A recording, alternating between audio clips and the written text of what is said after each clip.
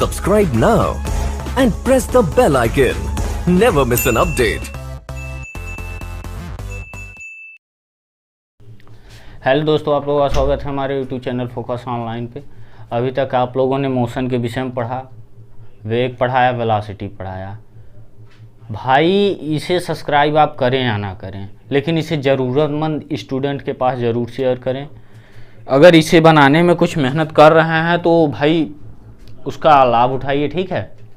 आप share subscribe करें या लाइक करें या ना करें, कोई दिक्कत नहीं है, बट इसे दूसरे स्टूडेंट के पास ज़रूर शेयर करें, जिससे कि वो कुछ इससे ले सकें, कुछ जानकारी इससे ले सकें, ठीक है।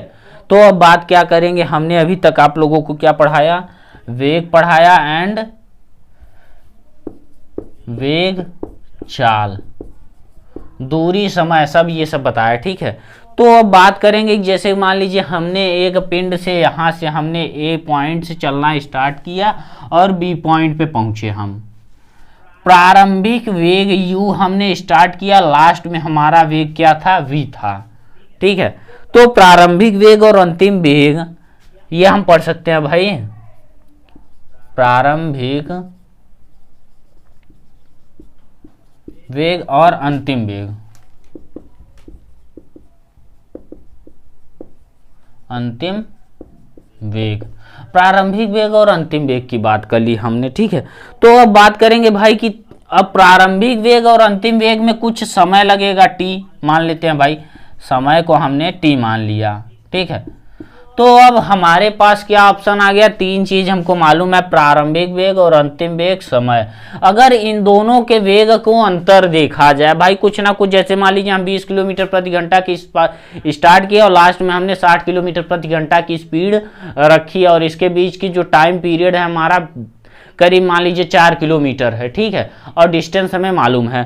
तो भाई इसके लिए मेरे पास क्या होगा, इसके लिए ये होना चाहिए ना कि इन दोनों के भाई, अगर मैंने 20 किलोमीटर पर हावर से चला और इधर 60 किलोमीटर पर हावर आया मैंने, और इसके बीच टाइम पीरियड है, तो क्या होगा भाई, मेरे सीधा सीधा क्या होगा, वेग परिवर्तन की दर को त्वरण कहते हैं। तो बात आई कि मतलब कैसे इसे डिफाइन किया जाए, कि इसके बीच के जो डिस्टेंस कैसे निकाला जाए। तो इसलिए इसको निकालने के लिए त्वरण क्या कर दिया गया, त्वरण की उत्पत्ति हुई, ठीक है।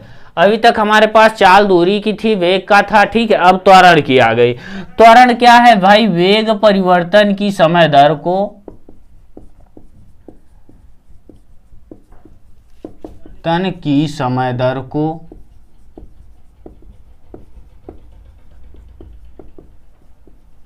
त्वरण कहते हैं। वेग परिवर्तन की समय दर को क्या कहते हैं, त्वरण कहते हैं भाई। तो अगर हम त्वरण की बात करें तो त्वरण का वेग परिवर्तन यानी क्या होगा भाई, प्रारंभिक वेग और अंतिम वेग में कुछ ना कुछ डिफरेंस होगा। मानते हैं ये थोड़ा कम होगा भाई, प्रारंभिक वेग अगर स्टार्ट 0 पॉइंट से करते हैं तो u = 0 आता है। 10 किलोमीटर से स्टार्ट करते हैं तो 10 किलोमीटर प्रति घंटा, ठीक है। 10 मीटर पर सेकंड से बात करते हैं, 10 मीटर पर सेकंड u आया। तो v जो है लास्ट होगा तो कुछ ना कुछ स्पीड होगा ज़्यादा, और कम होगा तो भाई निगेटिव आएगा, ठीक है। तो अगर ये पॉजिटिव है तो त्वरण की दिशा क्या होगी, पॉजिटिव होगी। अगर ये कम है, इस साइड है, तो क्या होगा, v अगर निगेटिव है तो क्या होगा, ये अपोजिट होगा, ठीक है। तो चलिए आइए देखते हैं क्या होता है। वेग परिवर्तन की दर को त्वरण कहते हैं। त्वरण को भाई a से प्रदर्शित करते हैं।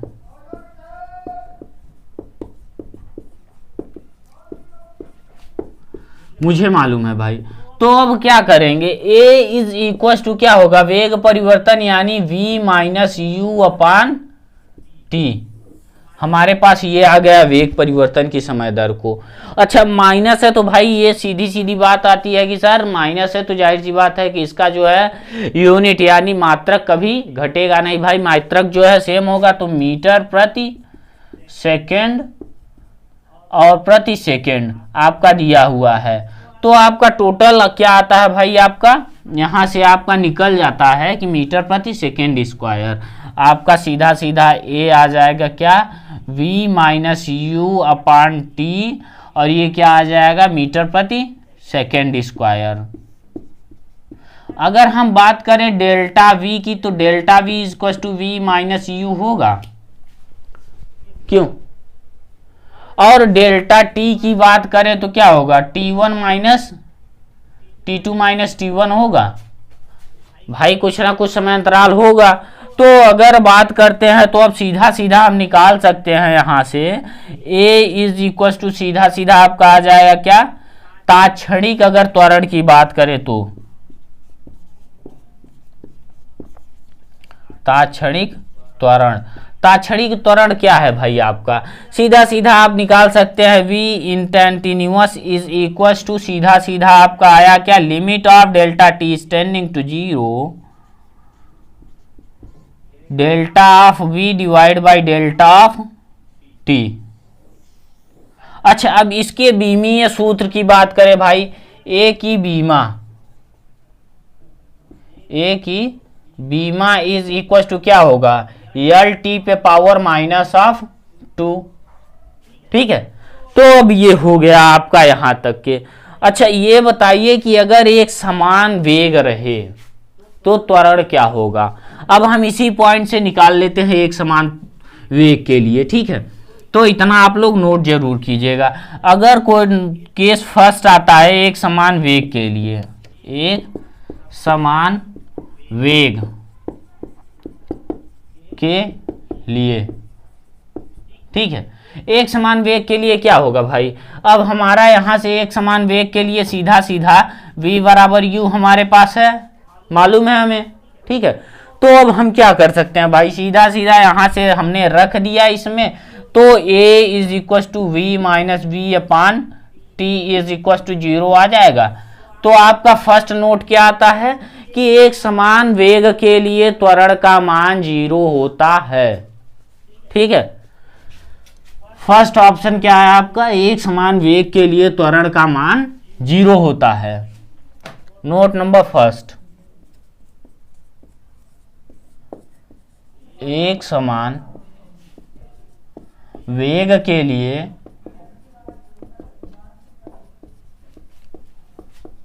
त्वरण का मान 0 होता है भाई। अभी अभी हमने निकाल भी लिया a इज इक्वल टू 0। ठीक है, अब a इज इक्वल टू हमने 0 निकाल लिया, तो वेग समय ग्राफ का जो है हम ये भी प्रदर्शन कर सकते हैं कि वेग समय ग्राफ क्या है। वेग समय ग्राफ को हम कैसे डिनोट करेंगे भाई, वेग समय ग्राफ मान लीजिए हमारा वेग जो है बढ़ता जा रहा है और समय भी तो बढ़ेगा, तो एक्स वाई फ्रेम में हम कैसे प्रदर्शित करेंगे वेग समय ग्राफ को। बात इसकी भी आती है सर, वेग समय ग्राफ हम कैसे प्रदर्शित करें। जैसे कि मान लीजिए कोई ग्राफ दिया हुआ है आपका, ये हो गया, अगर मान लीजिए इधर समय है, ठीक है, और इधर वेग है, तो इसका जो स्लोप होगा, जो ढलान होगा, ये यानी आपका जो ये होगा क्या होगा, त्वरण। ठीक है, वेग अगर आपका इधर है समथिंग कुछ भी, और टाइम पीरियड इधर है, तो आपका त्वरण क्या होगा, इसका स्लोप जो ढलान होगा। तो आपका यहां से क्या आता है, a is equal to tan of theta.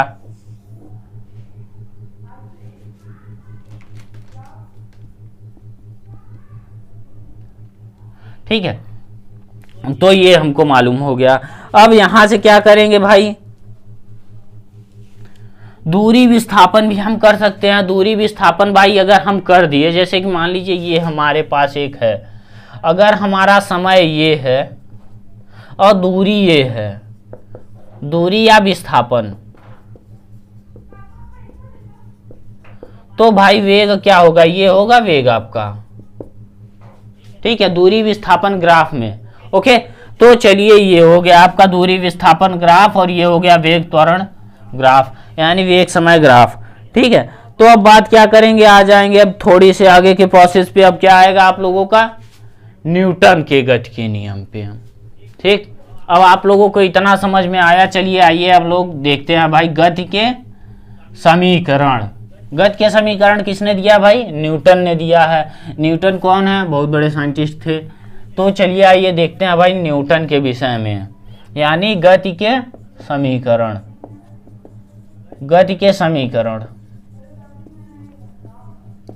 गति के समीकरण पहला नंबर क्या है भाई आप लोगों का? पहला नंबर v बराबर u प्लस ए टी। ठीक है, अब ये हमारा कहाँ से आया आप ये सोच रहे होंगे। अभी अभी मैंने पढ़ा a is equal to V minus U upon T पढ़ा, तो अब यहाँ से आ जाएगा क्या, u इज इक्व टू या v minus U is equal to A T. तो v बराबर आपका क्या आ जाएगा, ए टी प्लस यू, यानी v बराबर u प्लस ए टी। आपका ये फर्स्ट इक्वेशन आ गया। ठीक है, और सेकेंड इक्वेशन की बात करेंगे तो उन्होंने सेकेंड इक्वेशन, अच्छा ये कब अलाउ किया जाता है, अप्लाई कब किया जाता है, जब आपका फर्स्ट नंबर प्रारंभिक वेग, ठीक है, सेकेंड नंबर क्या है, अंतिम वेग, और समय अंतराल, समय दिया हो तो त्वरण या त्वरण दिया हो तो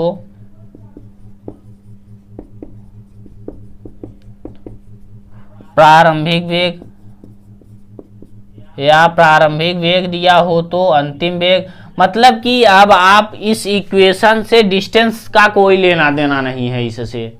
ठीक है, तब के लिए ये इक्वेशन मैं सॉल्व करूंगा ये इक्वेशन को लगा के। अच्छा, अब दूसरी इक्वेशन की बात करते हैं। इक्वेशन नंबर फर्स्ट हो गया, इक्वेशन नंबर सेकेंड की बात कर लेते हैं। ठीक है, इक्वेशन नंबर सेकेंड आपका क्या कह रहा है भाई, इक्वेशन नंबर सेकेंड आपका कह रहा है यस बराबर you T plus half A T square. ठीक है, क्या है आपका यू टी बराबर यस बराबर you T plus half A T square, ये हो गया एक। और एक ये है आप लोगों का v बराबर वी स्क्वायर बराबर you square plus two A yes, यानी इक्वेशन नंबर 2 इक्वेशन नंबर 3। ठीक है, तो अब आप लोगों का ये तीनों इक्वेशन है, यूनिवर्स के किसी भी बॉडी पे आप देखेंगे तो ये तीनों इक्वेशन आप लोगों का काम उस बॉडी पे करेगा। ठीक, तो अगर हम बात करें कि सर हमको टीवें सेकंड में ज्ञात करना है, यानी हमको 10वें सेकंड में ज्ञात करना है, अभी तक ये जो है 10 सेकंड के लिए है। ठीक है, अब इसमें देखिए, इसमें डिस्टेंस दिया है, वेलोसिटी दिया है, ए दिया है, लेकिन जो है टाइम नहीं दिया है, टाइम टेकन नहीं लिया है इसमें। और इसमें टी दिया है, ए दिया है, यू दिया है, टी दिया है, और प्रारंभिक अंतिम वेग ना देकर यस डिस्टेंस दिया हुआ है। ठीक है, तो इन तीनों के माध्यम से आप लोग पूरे के इक्वेशन में, जैसे यस नहीं है तो यस निकाल सकते हैं, टी नहीं है, वी नहीं है, यू नहीं है, ए नहीं है, तो ये सभी पांचों चीजें निकाल सकते हैं इनके माध्यम से। ठीक है, अगर हम बात करें टीवे सेकंड की, टीवे सेकंड की बात करते हैं तो क्या आता है भाई, आइए देखते हैं टीवे सेकंड के लिए। टी वे सेकेंड, नोट नंबर 2 आप लिख लीजिए, नोट नंबर 2 आपका हो जाएगा टी वे सेकेंड में चली गई दूरी,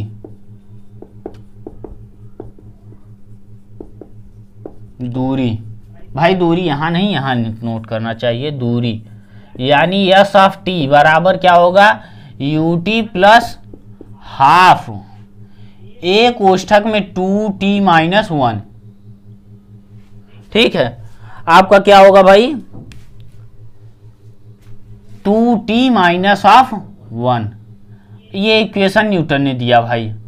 ठीक है, अब इन सभी का अगर प्रूफ कराने लगेंगे तो टाइम थोड़ा लग जाएगा। आप लोगों को एंट्रेंस एग्जाम की तैयारी करनी है तो भाई जाहिर सी बात है कि थोड़ा फास्ट चलना होगा। ठीक है, इतना समझ में आना चाहिए आप लोगों को।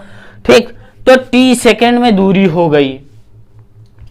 अच्छा, अब बात करेंगे जब g की, यानी कि अगर त्वरण की बात करते हैं तो अर्थ का त्वरण कितना होता है, 9.8 मीटर पर सेकेंड स्क्वायर, यानी g ऑफ अर्थ है, या फिर आप लिख सकते हैं a of earth is equal to कितना, 9.8 मीटर पर सेकेंड स्क्वायर, या फिर आप लोगों का 32.32 फीट पर मीटर पर मिनट स्क्वायर, सेकेंड स्क्वायर भाई, या फिर आप लिख सकते हैं 32 फीट पर सेकेंड स्क्वायर। ठीक है, तो ये हो गया आप लोगों का ये। अब इसी से बात करेंगे थोड़ा सा आगे के प्रोसेस पे।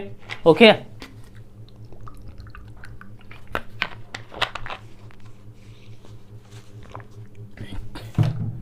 तो इन्होंने जब बताया ये सब, तो ये हुआ कि सर मान लीजिए हमने इस साइड का अगर कोई 36 चल रहा है तो इसके लिए तो मैं ये देख रहा हूं। ठीक है, अगर बात किया जाए एक परपेंडिकुलर, मतलब कि मान लीजिए एक गेंद को हमने ऊपर फेंका और वो फिर गेंद घूम के नीचे आई। ठीक है, तो अगर हम बात इसकी करते हैं कि हमारा जो है गेंद घूम के नीचे आया, तो अब क्या होगा। अगर इसके लिए बात करते हैं तो भाई जी हमारा पॉजिटिव लग रहा है, ऊपर जा रहा है, यानी जी गुरुत्वाकर्षण आपको ज्यादातर खींचता हुआ नजर आएगा, और जी ये निगेटिव होता चला जाएगा भाई, घटता चला जाएगा, नीचे की ओर आ रहा है अर्थ के सरफेस की ओर। ठीक है, तो अब बात क्या करेंगे। अब देखिए इस पॉइंट को आप लोग पढ़े होंगे, जी बराबर क्या, capital G M E upon R square. तो ये अगले टॉपिक्स में है भाई, आपके गुरुत्वाकर्षण चैप्टर में है, तो चलिए उससे मिलेंगे। लेकिन अभी आप एक छोटे से डिस्टेंस की बात कर रहे हैं, बहुत ज़्यादा बड़े डिस्टेंस की बात नहीं कर रहे हैं, नहीं तो दोनों कंडीशन में आप लोगों का जी निगेटिव होता चला जाएगा अगर ज़्यादा डिस्टेंस की बात की जाएगी तो। ठीक है, तो अब जैसे कि मान लीजिए हमने किसी बॉल को लिया और किसी फर्श के ऊपर से फेंकना यहाँ से स्टार्ट किया, यहाँ से गिराना स्टार्ट किया, तो हमारे पास क्या होगा भाई कि हमारे पास जो g की वैल्यू आएगी घटेगी, निगेटिव होगी, डिक्रीजेस होगी। ठीक है, और अगर हम नीचे से बॉल को फेंक रहे हैं ऊपर, यानी g पॉजिटिव कर रहे हैं, ठीक, तो इस कंडीशन में जो है हमारे पास दो कंडीशन उत्पन्न होती है। ठीक है, तो आइए चलिए देखते हैं न्यूटन के जो तीनों नियम है ये अर्थ पे किस प्रकार से लागू होते हैं। ठीक, तो अब सरफेस की बात करते हैं। ठीक है, तो A is equal to G लेने पे, S is equal to H लेने पे, ठीक है, U बराबर U, V बराबर V, ठीक, और T बराबर भाई आप लोगों का T है ही। तो फर्स्ट नियम क्या होगा आप लोगों का भाई, फर्स्ट नियम जो होगा, अब फर्स्ट नियम सीधा सीधा आप लोगों का है भाई V बराबर U प्लस AT। ठीक है, V बराबर U प्लस AT से बात करेंगे तो क्या आएगा, V बराबर भाई U plus of G into T। ये आपका आ जाएगा अर्थ के लिए। अगर भाई मैंने अर्थ से किसी वेलोसिटी V से ऊपर फेंका है U वेलोसिटी से और लास्ट पॉइंट V है, तो प्लस और G इंटू T, तो इसमें हम आप ये निकाल सकते हैं, कोई एक पॉइंट हम निकाल सकते हैं किस वेलोसिटी से किस हाइट पे है। ठीक, तो ये हमारा एक पॉइंट हो गया, इक्वेशन नंबर फर्स्ट। अगर बात करेंगे डिक्रीजिंग की, यानी क्या कि डिक्रीजिंग यानी भाई जब नीचे की ओर होगा, मंदन की ओर होगा। ठीक है, मंदन के लिए आपका कितना होगा, मंदन आप सोच रहे होंगे यानी कमी, मंदन के लिए आपका क्या होगा भाई, V is equal to U minus of G into T, आपका ये मंदन के लिए हो जाएगा। ठीक है, अब इक्वेशन में आपको V दिया होगा, U दिया होगा, GT बता देगा कि मंदन की क्रिया में है। ठीक है, तो अब चलिए आइए देखते हैं, मंदन के लिए हो गया। अब सेकेंड इक्वेशन आपका क्या है भाई, सेकेंड इक्वेशन मैंने ये पढ़ा है, S बराबर UT plus half GT square half AT square. ठीक है, ये T1 सेकेंड के लिए है, T1 सेकेंड के लिए ना लेकर भाई मैंने क्या किया है, केवल T सेकेंड के लिया। ठीक है, T सेकेंड और T1 सेकेंड में यही डिफरेंस है। ठीक है, 2T माइनस 1 कर दिया जाएगा T वे सेकेंड के लिए। ठीक, तो अब क्या कर रहा है भाई, मैंने यहाँ पे ले लिया S इज इक्व टू आपका क्या आएगा, UT plus of half into GT, किसके लिए भाई, उच्चिष्ट के लिए, पॉजिटिव के लिए भाई अगर ये लिया जाएगा। ठीक है, तो अगर एक समान वेग है तो आपका कितना होगा, त्वरण 0 आ जाएगा, सीधी सी बात है। और मैंने ये इक्वेशन निकाल लिया एक। अगर बात करेंगे किस पे भाई की निगेटिव के लिए यानी मंदन के लिए बात करते हैं। अगर मंदन की क्रिया में बात करेंगे तो क्या होगा भाई, मंदन की क्रिया के लिए, मंदन की क्रिया के लिए आपका कितना आया भाई, मंदन की क्रिया के लिए G dash is equal to minus of G। ठीक है, अभी मैंने ऊपर फेंका तो ये आया, अब नीचे के लिए क्या होगा, S is equal to U T minus of half G T square, half into G T square, U T plus half A T square. ठीक है, तो हाफ जी टी स्क्वायर भाई आपका ये आ जाएगा, और वो जो मैंने बताया था क्या टीवी सेकेंड के लिए, तो आपका ये आ जाएगा। ठीक है, तो चलिए आइए देखते हैं। ठीक, तो ये यहां से हो गया हाफ जी टी स्क्वायर से, तो अब यहीं पे भाई टी के जगह क्या रख देंगे, 2t माइनस 1 का होल स्क्वायर भाई, और क्या रखेंगे, सीधी सी बात है। तो ये हो गया मेरा टीवी सेकेंड के लिए भी यहीं पे जी रख देंगे हम अगले इक्वेशन में। ठीक है, तो S of T is equal to U T plus half of G into क्या, हाफ के जगह माइनस, हाफ के लिए 2t माइनस 1 का भाई आपका ये आ जाएगा यस टी। ठीक है, तो यहां तक ये हो गया। अब बात क्या करेंगे आप लोग कि भाई थोड़े से आगे के प्रोसेस पे जब मैंने बढ़ा तो देखा कि चलिए ठीक है, अब थर्ड इक्वेशन पे देखा मैंने कि भाई वी स्क्वायर बराबर यू स्क्वायर प्लस 2as बता रहा है। ठीक है,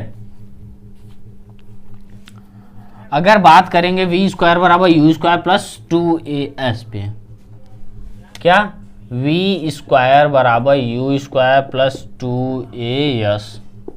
ठीक है, तो ये हमारा एक इक्वेशन है, तो हम इसके जगह यस के जगह हमने लिया था एच, इक्वेशन में एच ले सकते हैं भाई, और हम यहाँ भी एच ले सकते हैं, यस की जगह एच ले सकते हैं भाई।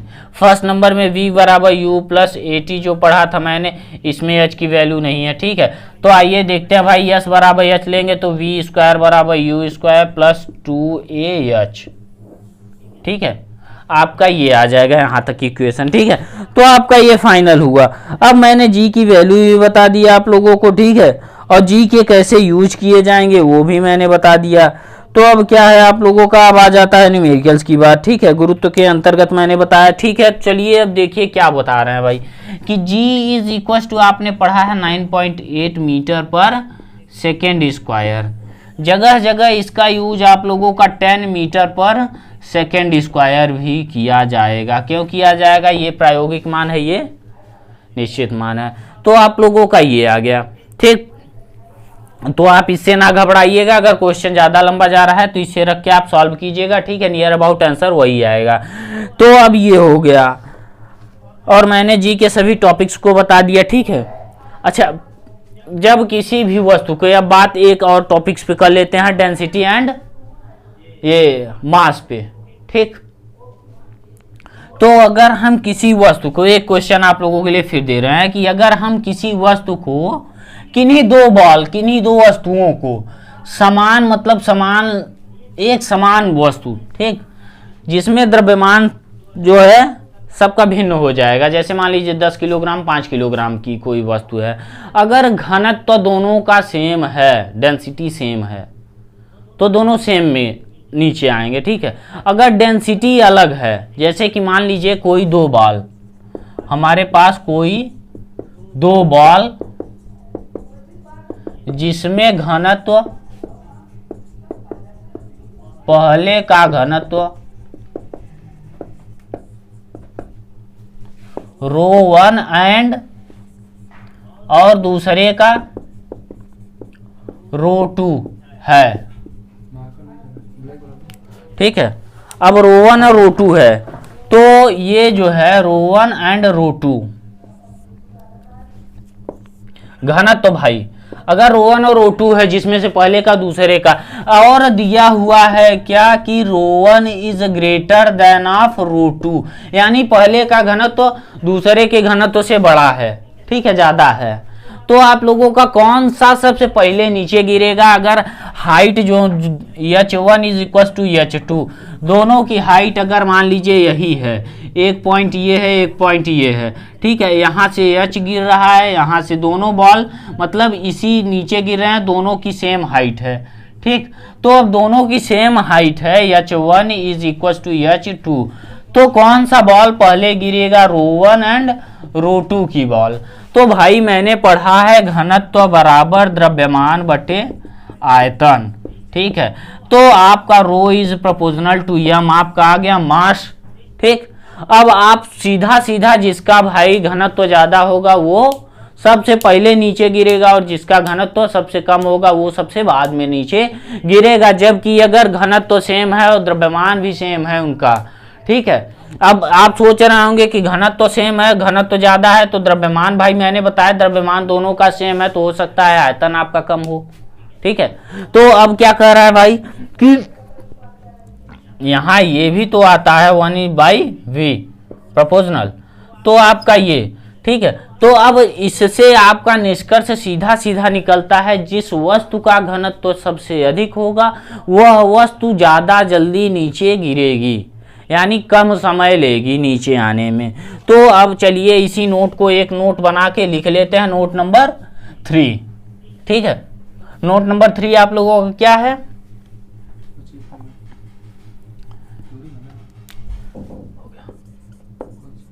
नोट नंबर 3 आपका सीधा सीधा एक आता है, जब किन्हीं वस्तुओं को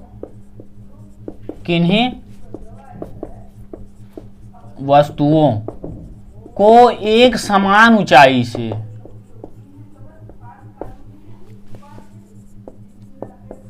ऊंचाई से पृथ्वी पर गिराया जाता है,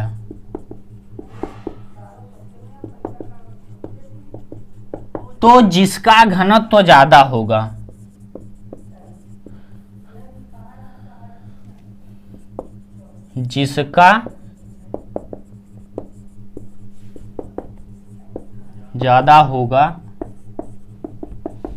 वह पृथ्वी पर पहले पहुंचेगी, यद्यपि वस्तु समान है।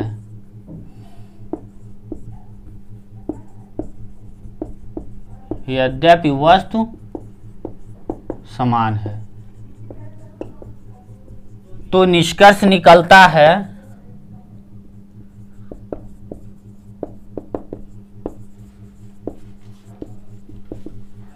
कि वस्तु गुरुत्व घनत्व पर भी निर्भर करता है,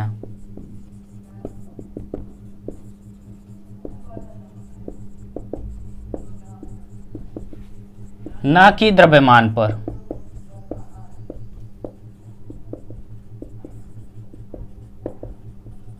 जब वस्तु समान द्रव्यमान के हों।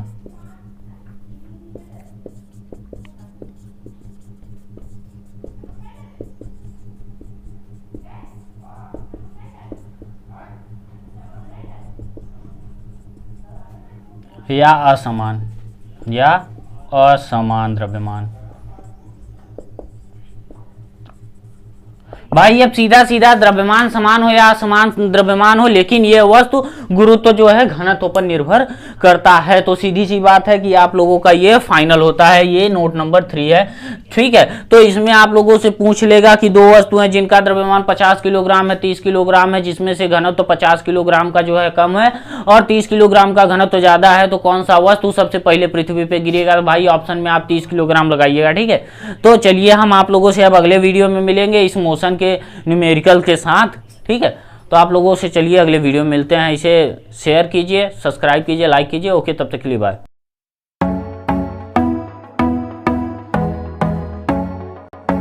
You